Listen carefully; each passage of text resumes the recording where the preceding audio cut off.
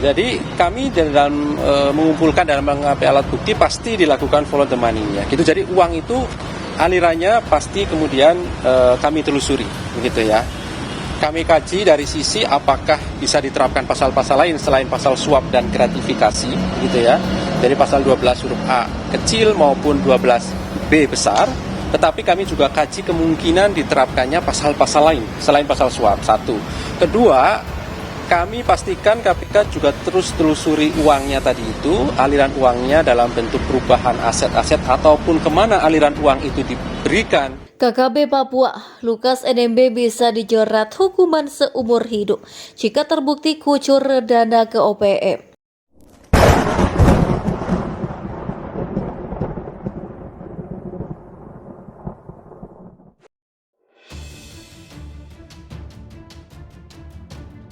Pengamat intelijen dan terorisme Ridwan Habib mengatakan, Gubernur Papua nonaktif Lukas NMB bisa dijerat hukuman seumur hidup jika terbukti mengucurkan dana pada organisasi Papua Merdeka atau OPM atau kelompok kriminal bersenjata Papua. Lukas NMB telah ditetapkan sebagai tersangka oleh Komisi Pemberantasan Korupsi atau KPK. Ia diduga menerima gratifikasi 1 miliar rupiah. Ridwan Habib yang juga Direktur The Indonesian Institute mengatakan hukuman pidana seumur hidup jika Lukas NMB terlibat mensupport dana untuk KKB Papua. Selain kasus korupsi, kata Ridwan Habib, hal ini termasuk pula dugaan tindak pidana terorisme, sehingga dua kasus tersebut dapat diproses terpisah. Jangan kemudian seolah-olah bahwa Lukas NMB hanya dijerat dengan kasus korupsi, kata Ridwan Habib dalam seminar nasional bertajuk Proyeksi Situasi Keamanan Indonesia 2023 yang digelar di kawasan Jakarta Pusat, Kamis 19 Januari 2023. Maksud saya buka juga celah penyelidikan terhadap Lukas NMB dan kelompoknya jika memang terkait dengan separatisme. Ridwan Habib mengatakan aparat bisa menggunakan undang-undang terorisme dalam menelusuri aliran dana Lukas NMB ke OPM. Sebab OPM sudah masuk dalam kategori teroris sebagai pengertian yang tercantum dalam undang-undang terorisme, yakni menimbulkan ketakutan meluas dengan senjata dan menciptakan korban di masyarakat. Kalau memang ada indikasi bahwa Lukas NMB ini terlibat atau setidak-tidaknya orangnya pernah terlibat dalam kegiatan KKB, harus diusut tuntas dengan penyidik yang baru, bukan KPK tentunya, pasti kepolisian. Berbicara saksi, Ridwan Habib menyebut NMB dapat dijatuhkan hukuman minimal 4 tahun hingga maksimal penjara seumur hidup jika mengacu pada undang-undang terorisme. Sanksinya kalau terorisme bisa 4 tahun sampai seumur hidup. Kalau kita mengacu pada pasal 12 huruf A Undang-Undang Terorisme, barang siapa terlibat dalam kegiatan terorisme, mulai persiapan hingga melakukan itu, bisa sampai dihukum seumur hidup. Ridwan Habib pun mengapresiasi dan mendukung aparat penegak hukum untuk mengusut dugaan keterlibatan Lukas NMB atau kelompoknya dalam operasi gerakan separatis di Papua. Lukas NMB kini mendekam di balik jeruji besi setelah sempat menjalani pemeriksaan di Rumah Sakit Angkatan Darat, kata Subroto Jakarta Pusat. Juru bicara penindakan dan kelembagaan KPK Ali Fikri mengatakan, berdasarkan laporan dari tim medis, Lukas NMB dinyatakan telah pulih. Tim medis menyatakan tersangka Lukas NMB sudah pulih sehingga dapat dipindahkan ke rutan KPK.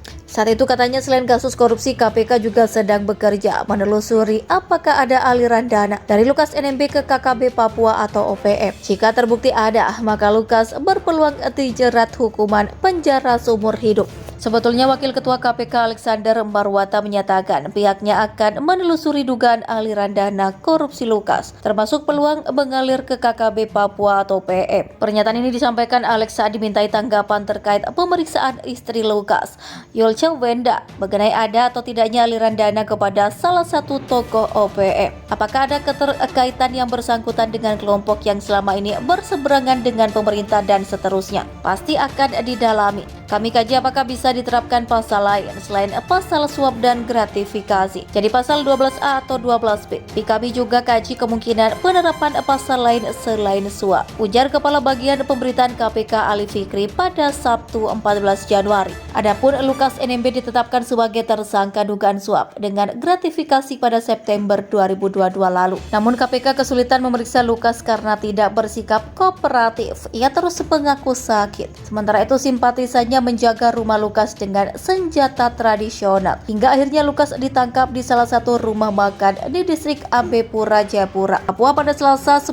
Januari 2023. Dalam kasus ini Lukas diduga menerima suap 1 miliar rupiah dari Direktur PT Tabi Bangun Papua, Rijatono Laka, terkait pengadaan proyek infrastruktur di Dinas PUTR Pemprov Papua. Rijatono Laka pun sudah ditahan KPK. Lukas juga diduga menerima gratifikasi 10 miliar rupiah. Namun KPK belum mengungkap pihak-pihak pemberi gratifikasi tersebut. Atas perbuatannya Lukas NMB disangkakan melanggar pasal 12 huruf A atau B atau pasal 11 dan pasal 12B Undang-Undang Pemberantasan Tindak Pidana Korupsi. Sementara Rijatono Laka disangkakan melanggar pasal 5 ayat 1 atau pasal 5 ayat 2 dan pasal 13 Undang-Undang Tipikor.